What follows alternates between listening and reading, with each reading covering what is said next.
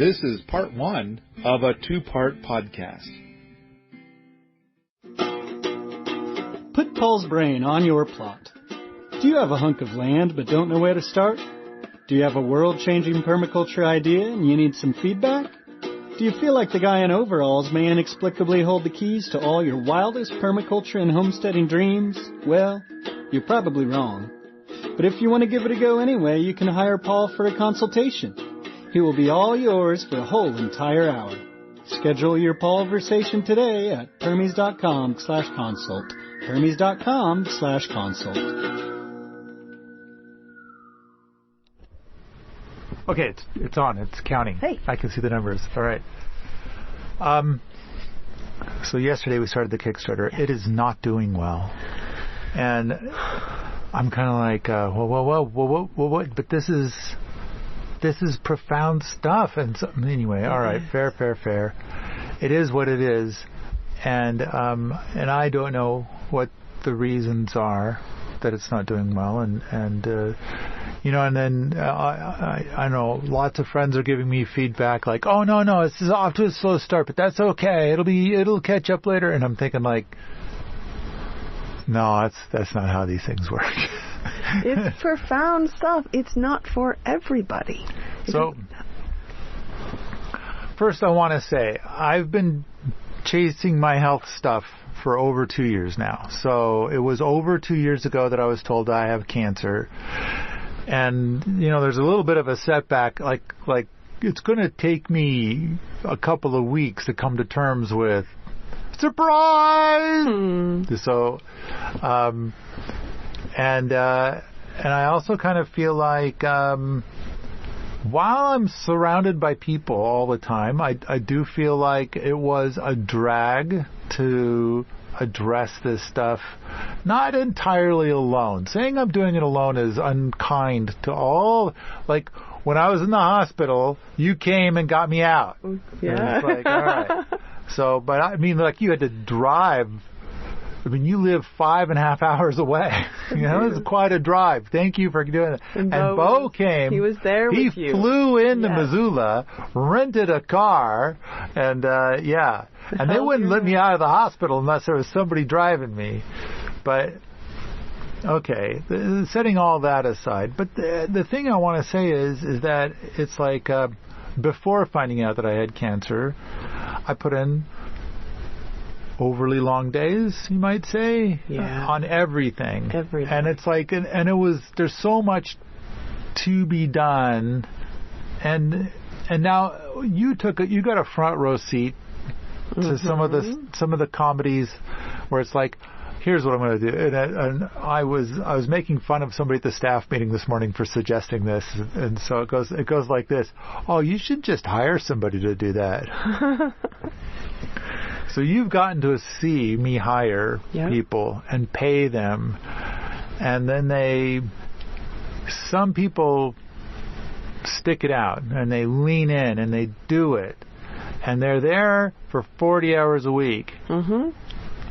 Some people are there for you 1 hour a week, but they'll bill you for 40. Yeah. And some people need 8 hours a week of hand-holding to do 20 minutes worth of work. Yeah. And it's like, you're thinking like it's going to be worth it because they're going to ramp up. But they don't ramp up. What you do is different and special, and not everybody can do it. Well, that's a very good point. I mean, it is a lot of weirditude to get used to. So I think the thing that somebody was saying today is we needed to hire a marketing expert. And I said, if you have an extra $100,000, $200,000 for a good marketing expert, then I'm glad to burn your money to do that. But my experience is that I've seen hundreds of marketing experts come and go. And so what I've done is, because I keep getting a marketing expert come and tell me I'm doing everything wrong and I need to do it the right way. So 8 years ago, we got so overwhelmed with marketing experts that what we did was is we switched all my stuff over to having a 50% affiliate fee, and then we say, then you do the thing that you say is going to make $10 million, and then I'll split it with you 50-50. Yeah, which is a great It's deal. all set up and ready to go. Yeah. And I'd say ever since we started saying that, 150 marketing people have told me that, I'm doing it wrong, and I tell them about this thing.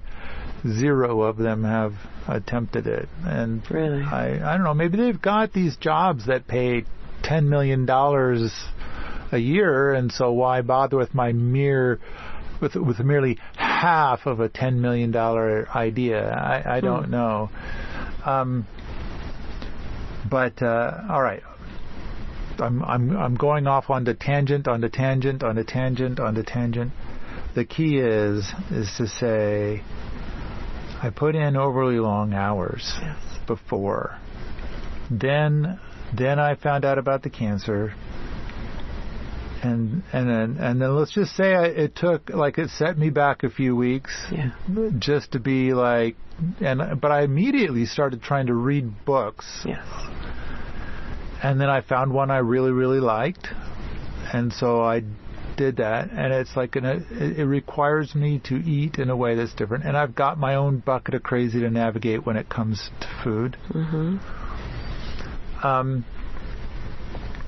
And so suddenly I'm having to spend a fair slice of each day doing the physical activity required.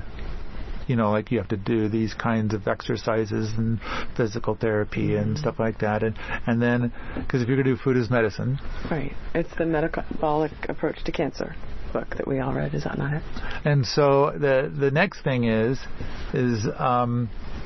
I have to prepare, rather than spending just a couple of minutes a day, I just need some food real quick, and I'll eat that, and then I got to get back to what I'm doing. Instead of that, it's okay, stop everything. You are going to be offline for the next hour and a half. 1 hour of meal prep, and then on top of that, you have to eat the whole fucking thing. And it's a big thing. You've seen this. You've seen what I eat. Yeah, it is huge. Magnificent salads. And so it's eat the whole thing. Eat it! Eat it all! Don't forget, I had to, so between you and Kat and Rebecca and some others, I was taught how to make salad dressing, because of course, all salad dressing you can buy causes cancer. Yeah, you got to make your own. You have to make, because it's it has to be organic, and it has to be made with this kind of oil. It has to be either avocado oil or olive oil. The highest quality oils. And it's the stuff that you buy, if it's organic, it doesn't have the good oil, and if it's not organic, it might have the good oil. It probably doesn't. So suddenly it's you have to make your own. Yeah. Okay. But you got great at that. So, I did. I got better. It took time, but the point I'm trying to make is, and then this is going to be probably something I should never share, but it was a downer to have cancer and then be freaking the fuck out. Am I going to die today? And then, of course, to defy the doctors. Yeah, that's a scary thing. That, and it's and the story goes on and on and on and on and on. But I did feel, I did feel quite alone, even though I wasn't really. I mean, there are other people facing this, and they are more alone. Yeah, we each face it on our own, though. No matter how many people are around you supporting you, it's you. Your journey. Well, there's a lot of that. I just kind of feel like there were also a lot of people who helped. Yeah. Along the way. We helped you as much as we can, and you had to fight it. And there were a lot of days when I was very much all by myself. And at the same time, let's just say there were moments of darkness. Yeah. The bottom line is I wasn't getting as much stuff done, and I was trying to do my best to keep up, but I knew that every day I was falling behind. There was this everything is I'm just getting behind her and behind her and behind her and everything. And I kind of feel like everything, fortunately, there were a lot of good people. Like, I got to thank Raven at the top of the list, because she just took care of the forums, and so I mean, she was going through her own health comedies, and yet, she was on it. And there were a lot of other people out at Permies and the staff. There's like 40 people at the staff, and they kind of kept everything going. That's so awesome. Made it easier. I mean, there were still problems I needed to deal with, but it's like, for the most part, there's that. And then Stephen was really great here. The great thing is that when it came to his needs as the high commander of the boot camp, he minimized the amount I needed to worry about, especially during these. But I do believe that my absence affected the Empire. So I wasn't gone, but I don't know, I probably only put in 70% of the time that I used to put in. And part of it is all the things to do to address it. Yes. And then I think on the back end, there were some hours carved away for like, this sucks, I hate it. And so basically, here we are today. The Kickstarter hasn't even been up for 24 hours, but it's not doing well. And it's like, I think it's really entirely because of my absence. Yes. And so I'm thinking like, all those the thousands of little details I didn't attend to, and that now affects the Kickstarter. Right. But everything's been affected. I mean, everything's kind of like losing its momentum. Wow, yeah. And it's like I'm trying to make up for it, and it's like Liv is being great at being a part-time assistant, and she gets it now with the whole thing of like, all right, every once in a while we gotta put together a deal and put that out there and keep the cash flow happening, so that way, because we need the cash flow for things. Which is another thing too, is we have a new server running now. Yes, you do. Yeah, that was really great. So exciting. We did a server fundraiser, and it got funded so fast. That went really well. That was so good. And then it's like, yay, we're funded. And then I get contacted by my host, who said, oh, I forgot you have to put the like these other, like the shipping costs and these other costs in there. No. Sorry, I should have mentioned that to you before. So then it's like, now I had to go back out to everybody like, okay, apparently there's these other costs. So yeah, we got that barely covered. People were like a little bit like, not okay with that. But the new server can handle probably about 30 times the load. That's wonderful. And everything's been very snappy, fast, and stuff since then. So, and Devika has he's got us moved over. He had to upgrade a whole bunch of stuff to get onto the new server. It seemed like he did a ton of work. It was about a month, maybe more, of stuff. So, so, as much as I'm being a whiny bitch, there are a lot of people who've, helped and kept things going and stuff like that. So, I rather than being, it should be more like, hooray for the people who are making the Empire really, really work. I know that, like, you and Bo and Andreas have been pushing me to record a lot more podcasts. And there's, like, some really brutally important topics to touch into. And it's kind of like, I think over the last... I don't know, the last 6 months, there's been ideas for probably 60 to 80 new podcasts to make. But it's like something's got to give. Yeah. And it's just, there's just so much happening all at once that we're trying to juggle. And so, and part of me is like, we got to get this new Kickstarter out and started. And so it's running. Kind of like got to the point where it's like, okay, everything else is just going to have to wait until the Kickstarter gets going. Mm-hmm. And so now the Kickstarter's going, and it's kind of like, okay, well, once and before the Kickstarter was going, it's like, well, okay, so if this Kickstarter brings in this much money, then we're going to first of all, I got to replenish a lot of my savings because I've been burning through savings like crazy. And so, mostly to try out new assistants. Wow. That's been the biggest burn of all. Wow. And so, but the other thing is that, with the new server, we went from putting everything on one server to now everything's on the old server and the new server. But my overall server bill has more than doubled. Oh. My monthly server bill, and it's kind of like, and that's hard. Yes. And so, and it's like, God, I got to keep everything moving. And then, I don't know.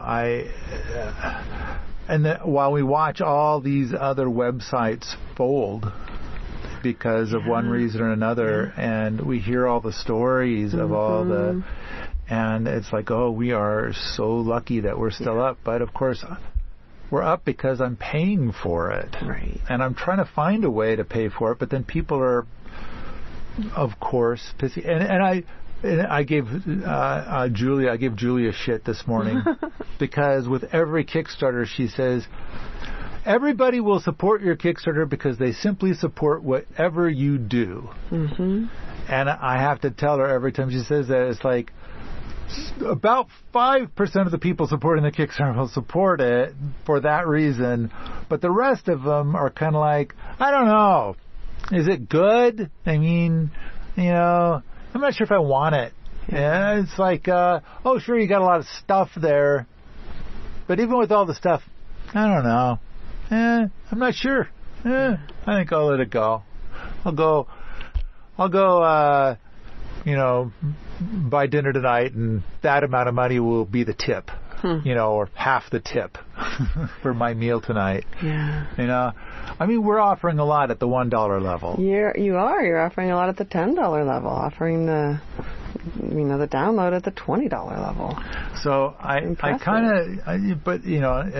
I saw a snotty comment today. It was like, what, this Wheaton fucker thinks that he's reinvented a composting toilet, and it's like, no, this is a non-composting thing we call a willow feeder, and there's a lot more to it. Yeah. And on top of that, composting toilets are outlawed. Yeah. And I can see the argument on why they're outlawed. Yeah.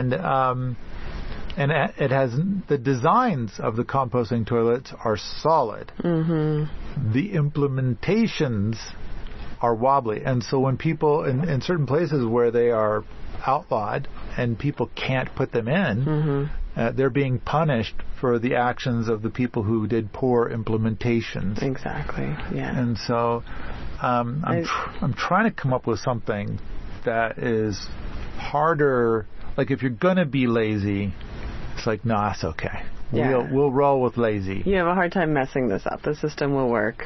It'll work. If you do a bad job. If you do a bad job, that's fine. That's perfectly fine. I think you did a great job designing it so that it will tolerate misuse or poor use or forgetfulness. Or it could even go so far as, like, I like to think that someday someone will say, oh, I'll buy your cans of Willow candy off of you. Oh, yeah. And so...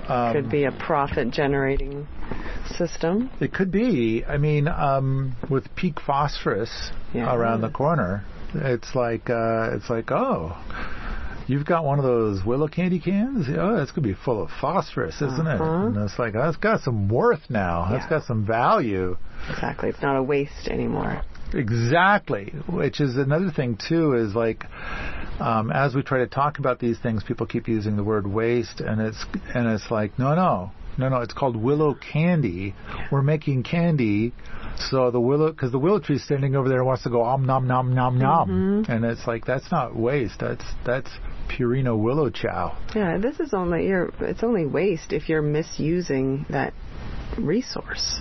That's what makes it a waste.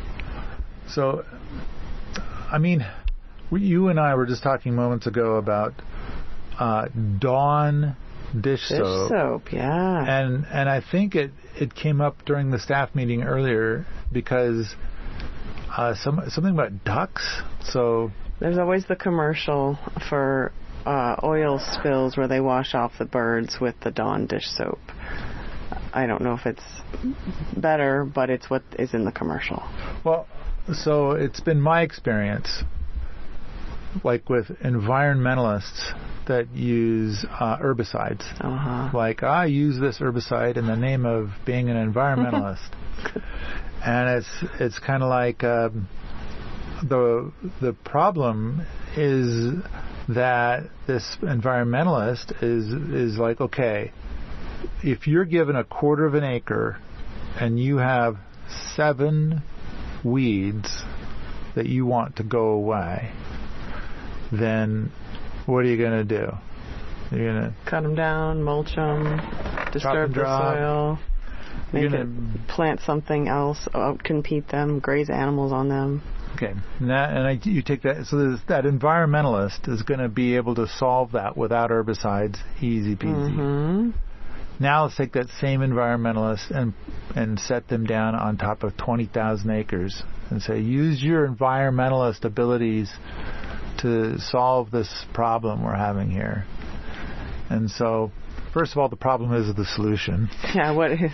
But the environmentalist is like, okay, as an environmentalist, the only way I could tackle this problem is with herbicides, and I want to help that environmentalist understand better ways. I want to have a visit. Yeah, I want to talk to them.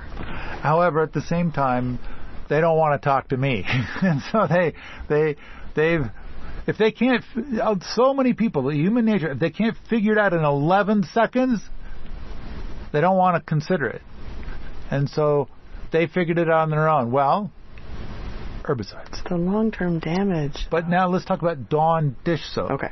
I'm going to, so to the credit of Dawn dish soap, that if I go out there with a gallon of the Oasis brand stuff, the soap that you like to use, then it could easily be replaced with something 1/10 the size called Dawn Ultra. Okay. And the Dawn Ultra might even still do a better job. So there's just less of it.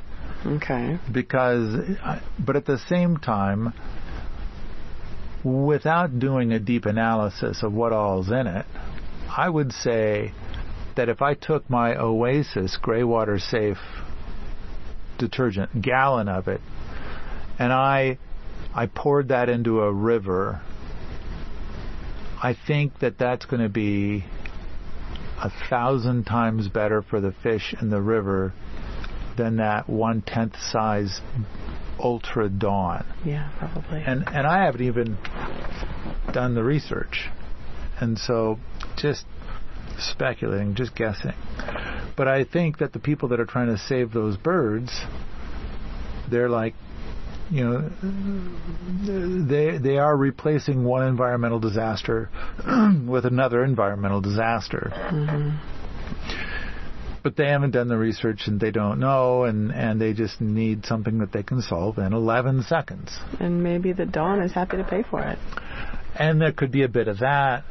I also imagine that the Dawn, Ultra Dawn or Dawn that's at the grocery store is going to cost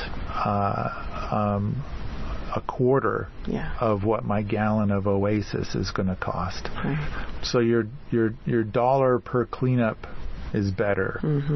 But and then is it causing an environmental disaster if you don't do the study to say that it is. And so I would say that there is a disaster happening there. It is really, you're trading one poison for another. In fact, I kind of wonder if the oil might even be less toxic than the Dawn Ultra. Maybe. And I mean, it's just millions of years old rotten gick, like dead plants and animals. But okay, moving on. Have you ever wondered whether a particular book was really good or just so-so, and if you could trust the reviews online? When it comes to books related to permaculture, Permies has a large list of reviews for over 100 books. Perhaps you're considering a book for yourself or a friend, or you're just curious about what's out there. Stop by permies.com/book and take a look at the book review grid and read some honest reviews, and hopefully you'll find the next book to add to your collection. The key is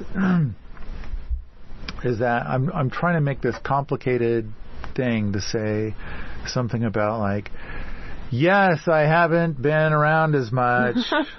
A lot of people tried to cover for me, but clearly if I am not there, then everything shrinks dramatically.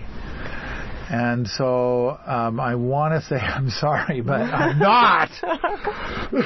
In fact, for those of you that are in that paid the $25 and are in the Tommy Forum, I think I'm on the last month or two of the series of comedies.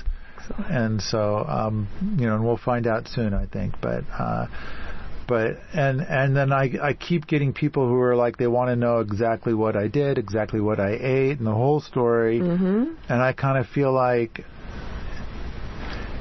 I'm never going to answer that question again outside of that Tommy Forum. It's in the forum. You did a great job. It's in the Tommy Forum, and I was very thorough. You documented your progress and your story and very well. But whenever I try to do it one-on-one with somebody, because they want to know, they need to know, and they're like getting pissed off that I won't tell them. I think it's too deep of a question to Well, answer there's that so way. much that happens. Oh, yeah. And I mean, like, the first step is like, how can this be happening to me?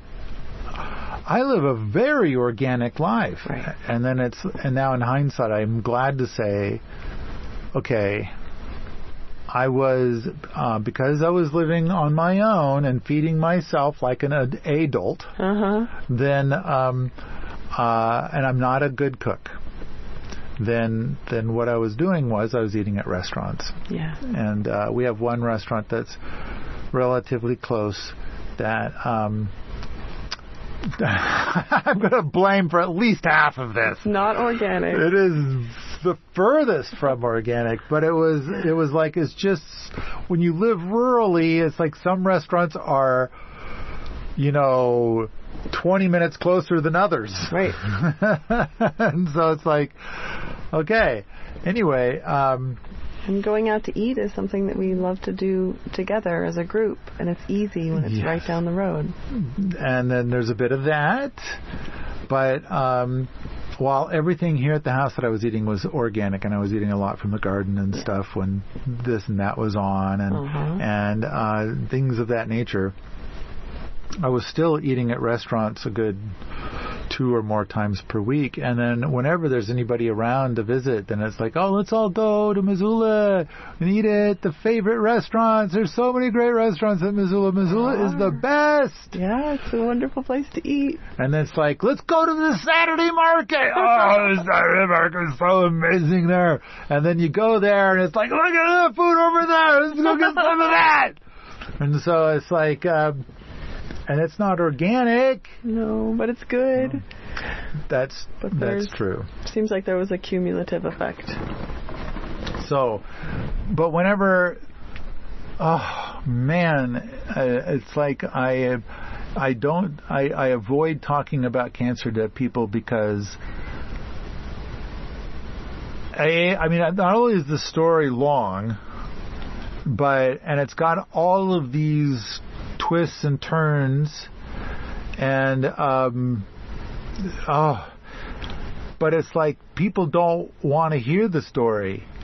Can the story, if the story doesn't fit in, again, 11 seconds, it won't. Then they need to interrupt me and tell me what I should do. And it's like, if you shut your fucking pie hole for a minute, I'll tell you I don't have cancer anymore. And it's like, but you couldn't wait, could you? You had to interrupt. You want to do the so-and-so cancer. And it's like, there's like 40 different recipes. Yeah. To do food as medicine, and they all work. So many paths. And some work better for some than others. And it's like, but, anyway, what an exhausting thing. So it's kind of like if somebody, I don't say anything. I don't want to get into it because that's, and then of course then there's the whole thing of like, don't tell other people because you'll give them false hope. What the fuck does that mean, false hope? This is not false. What the fuck are you saying? And so, okay. The next thing is I am learning that I am, and it's as defined by the Wheaton Eco Scale, I am crazy. And so permaculture enthusiasts find my stuff to be fucking crazy. And it's like, it's too much. The things I advocate for are just too fucking crazy. Just too much. Oh. Now, granted, this is a whole other podcast in itself, but I'm going to do an overview, which will just piss people off. But that's part of being crazy, I guess.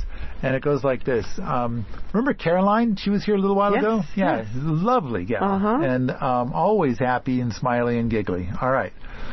And so we sit at the table here and the boot camp, and then we can talk about stuff. And so Caroline says, she says, is the kind of gardening that you want us to do, is it like Mark Shepard's stuff? And so I started off with the story of the Broken Limbs movie. Did you ever see that? Yeah. Oh, good. Yeah. So the first half of the movie, so basically, I mean, Mark Shepard, he has 110 acres packed with food, and he's growing like, I don't know, at least a dozen different crops, probably closer to 30. And there's hogs in there, and he's got hazelnuts galore and everything. And his book, Restoration Agriculture, is just amazing. But I'm looking up there, like, where is it? It's up there on the shelf right there. I just seen noticed it on your shelf. Yeah. But maybe I'm looking at it so recently it's not up there right now. I don't see it. Okay. But I said, Mark is doing the commodity markets. And so he puts together a whole bunch of food, like a truckload. Yeah. And then takes it to Commodity Markets Group, which he is a partial owner of now. I think I remember reading about that. And it's like I think I'm not sure, but I think it's Organic Valley. Like when you buy something at the store, and it's Organic Valley. He's like, that's cool. Part Mark Shepard. Oh, that's great. Yeah. And so there's a whole bunch of farmers. I think like 60 that all contribute to that. And so it's anyway, and they've got their own set of standards too. Yeah. So, all right. And I said, okay, let's look at that Broken Limbs movie. And it's like, it starts off and it's like, oh, all these orchards are going bankrupt. And it's sad. And it's like, and he says, my dad has an orchard, and every year he takes out a big loan in the spring to get him through until harvest in the fall. and you don't know how much money you're going to get per pound until you get there for the commodity marketplace. And it's like they tell you, like, okay, this year we're going to pay you 21.2 cents per pound or something like that. And so and it's, of course, it goes down every year, and it's like, so hence, the farms, the orchards that are going bankrupt. And it's like, oh, no. So then they go and they're like, well, so halfway through the movie now, or about 20 minutes into this hour-long movie at this point, like, we're watching all these orchards going, and they're like doing all this stuff to try to keep up with the markets and, work the markets and do the market thing and study the markets and be responsive and try to build your crop up and try to, plant more trees and improve the harvest, and blah, blah, blah, blah. So we're doing we got to, try to see if we can do 7% better than last year because, damn, we got to get out of this hole so we're not perpetually in debt to the bank. And so it's like, it just sounds so brutal and so hard, and they're suffering. Okay. So then we go, and it's like, here's the commodity market guy. And he's like, well, we're doing our best, but basically China's putting these apples on the boat for 3 cents a pound. And we're paying our guys 21 cents a pound. And it's like, and we're trying to compete. And now, of course, it's like, well, what about having the Whole Foods or the Safeways or the whatever? Why don't they just buy the apples direct from, skip the commodity market guy? And it's like, oh yeah, those grocery stores and stuff, they are sick to death of talking to crazy fucking farmers. And it's like, why is it late this time? And they're just like, I'm just tired of talking to these motherfuckers. And you give them directions and they just can't seem to get it right. So then you get all this time put into talking to these crazy people, and it's like they're just fucking sick of it. So then it's like, I'm just going to talk to the commodity market guy, because we have one conversation with him and we'll get 47 deliveries. It's like less drama, lower prices, and it's like, so all right, commodity market guy. And the commodity is like, we got to compete with China, and they're putting them on these boats and they're getting them over here for so cheap. And it's like, that's who we're competing with, and we're just struggling to compete with those guys. So that's the commodity market guys. So then the Broken Limbs movie changes gears, and there was at like minute 30, you meet this couple, and they're like, okay, we're in debt to the bank, and and it's the same story, and you're like, oh, I know how this is going to end because I just watched the first half of this movie, and I'm stealing myself. And then they're like, oh no, hail. Oh, hell, hail. And so they got a bunch of crop damaged by the hail. And they're like, oh, we are so fucked. Because even if we didn't have hail, it was going to be tight. And so they got the idea of, like, let's take the damaged fruit, because they're in Wenatchee, Washington, which is close to where you live. It is, And it's and people, like, you say, it's Washington State, and it's like, oh yeah, in the rainforest. So when you're in Wenatchee, does it look like a rainforest to you? It is dry and sunny in the summer and cold and wintry in the winter, and it's not a rainforest. It is a desert. It is super deserty. It's like the sagebrush is dying. It's only suitable for farming because of the rivers. They've got a big ass river they pump water out of, and they put onto their fruits. And other than that, it is a desert.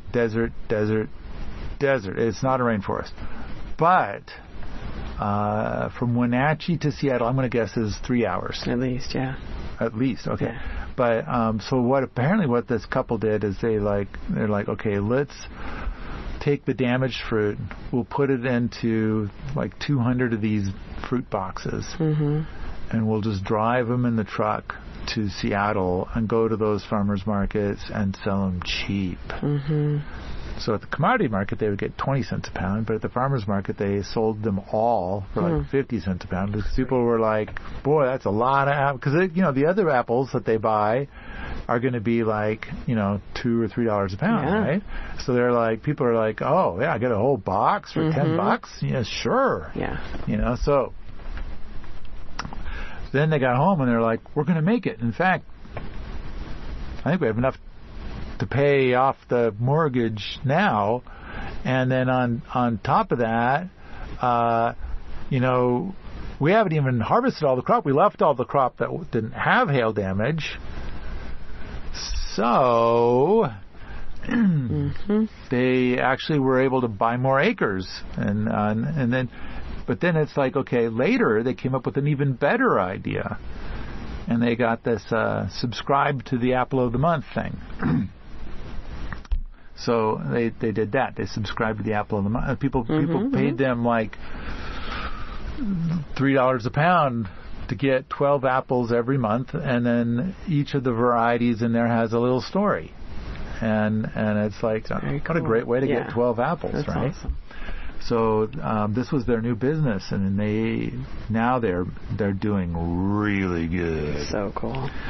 So, all right, the thing is that we start with commodity market stuff, and then we moved into this, where let's say that before they were making $4 an hour, and then when they started doing the thing with selling the apples in Seattle, then next thing you know, they're getting, I'm going to say $10 an hour. And it's like, wow, it was so much better. And now they've got their subscription apple business, and now let's say they're getting $20 an hour. All right. Now I want the last story in the broken limbs. I think is great, and it goes like this. It's and this is all from memory. I didn't write any of this down, and I'm just winging it here. Okay. So then, and this is my favorite. There's this guy, and he, I believe, if I remember correctly, he has 3 apple trees. That's it's a permaculture thing. He's got 3 apple trees, and then of course they each come on at a different time, and then and they're huge apple trees. So then he fills up like probably 40 boxes or 50 boxes, and he puts them in his pickup, and he drives into the town where there's a little organic grocery store, and the gal comes out and she says, oh, I'm so sorry, we're not going to be able to pay the price that we paid last year. And this next line is so beautiful. Well, that's all right, I'll just take them on home and feed them to the hogs. We'll pay the same as last year. Oh, all right. Oh, this is beautiful. Beautiful. So now, I mean, this guy, he's not caring for the trees in any way. Right. It's permaculture. And he's just grabbing the apples and sticking them in boxes and then taking them to town, on his way to town to probably do other things. I mean, then, I don't know, for this amount of time that he's got in here, is this dude making like $200 an hour? Maybe. And so, all right, so I don't know if Mark Shepard's making $200 an hour. I kind of doubt it.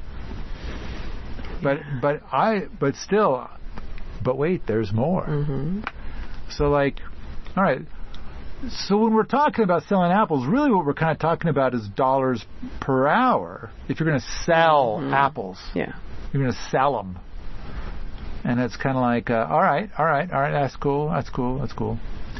So let's move on a little bit. I got contacted by a guy. If I said his name, you would recognize his name. Okay. And he is a permaculture consultant, among other flavors of consultancy. He is a famous guy. He's a rather famous guy. And there is a property that he is on his way there. And I'm like talking to him in my car. I'm driving somewhere, so I've got him on speakerphone, and I'm sorry, everybody. I'm yelling at him. You fucking idiot! Are you how fucking stupid? So this is. But hey, you know what? You don't call me to get the support. You know, you don't call me like, oh, you're so good at this. They were smart hiring you. That's what you call a friend for. You're gonna do great. You're so good. And it's like, but if you doubt your plan, and if you think you need to hear a different opinion, you will foolishly call me. And all right, so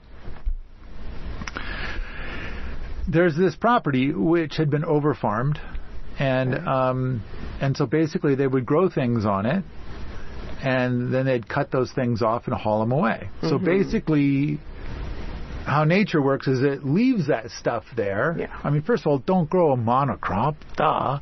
But, okay, if you cut it all off and haul it away, you're kind of hauling away the organic matter, because what nature wants to do is grow a bunch of stuff and drop it back down on the ground, and that'll feed the soil microorganisms, and the soil will get soilier and soilier. Well, on this particular property, they had been farming it for so long that it's like cement left behind. Yeah. It's just horrible. Yeah. It's and nothing will grow, not even weeds. So he's coming in and he's gonna, and it's like 200 acres. Cool. And so he told me his plan, and I was so angry. And he's like, I want to tell him to grow alfalfa, and then we'll bale it and sell it and take it away like they've been doing all this time. To feed horses and stuff in the area. But yeah, that's what I said. So your advice is to keep farming. Is, as a permaculture person, grow a monocrop. And the problem you had in the past was people cutting the monocrops off and hauling it away. But your advice is to cut the monocrop off and haul it away. Now granted, now it's a nitrogen fixing crop with a deep taproot. And for a plant, it's a good healing plant. You know, but you're still farming. So I said, tell me about the properties. There's a house, right? There's a house. He's like, okay, yeah, it's a big house. Okay, you mean big like 4-bedroom or big like 20-bedroom? And he says, it's like 12 bedrooms. Sweet. And I said, okay. And it's a guy, a gal, a family. It's just a guy. And it's like, and then he said, he's like a famous yogi guy. Oh. And it's like people all over the world want to hear what he has to say about yogi stuff. Cool. Yogas and whatnot. And so, and I said, okay. Is he famous? Is he so famous that people would pay money to like hang out in his house with him? Like rent one of those rooms for a week or something? Yeah. Oh yeah. Sweet. And I said, here's my design as I'm driving down the road, yelling at you about your stupid design. Take a 1/4 of an acre next to the house and build a whole lot of hugelkultur and grow a lot of diversity. You're going to have to water it like crazy for a while because you got to rebuild the soil because you got dirt and you need soil. And each year you're going to do this to another 1/4 of an acre while at the same time continuing to build the soil in the last one. But eventually, after about 3 or 4 years, your first 1/4 of an acre won't need to be irrigated anymore. Live on its own. And the soil will be really rich. And there'll be all this permaculture food pumping out of it. Yeah. And so in time, then people will come and you can say, have all of this food that you want. We got more than we can possibly eat. Knock yourself out. And there might even be a cook or something someday, or maybe a cook on and off, or this week we have a cook or something. I don't know. But the thing is don't sell food. The government has some strong feelings about selling food, and so but there's no commodity market. There's no subscription. There's no going to your local organic store and having them say, we can't pay you as much as before. None of that. It's just a giant food pump just right out the back door.